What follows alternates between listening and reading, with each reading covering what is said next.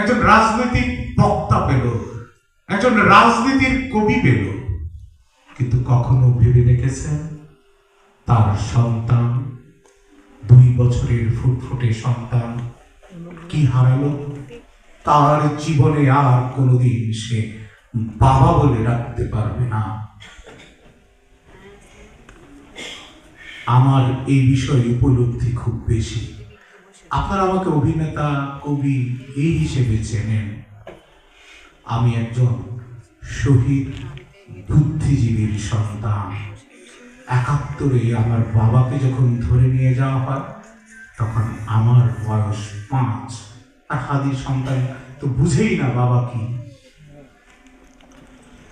তো সেই উপলব্ধি থেকে আমি লিখেছি। আমি দেখেছি আমার মাকে প্রতিষ্ঠা পেতে, আমাদেরকে লালন পালন করতে, এই সমাজের বিরুদ্ধে, এই দেশের সাথে কতটা কম্প্রোমাইজ করতে হয়েছে।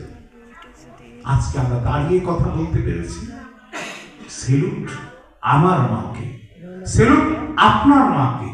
আজকে আপনি কবি, কথা বলতে পেরেছেন।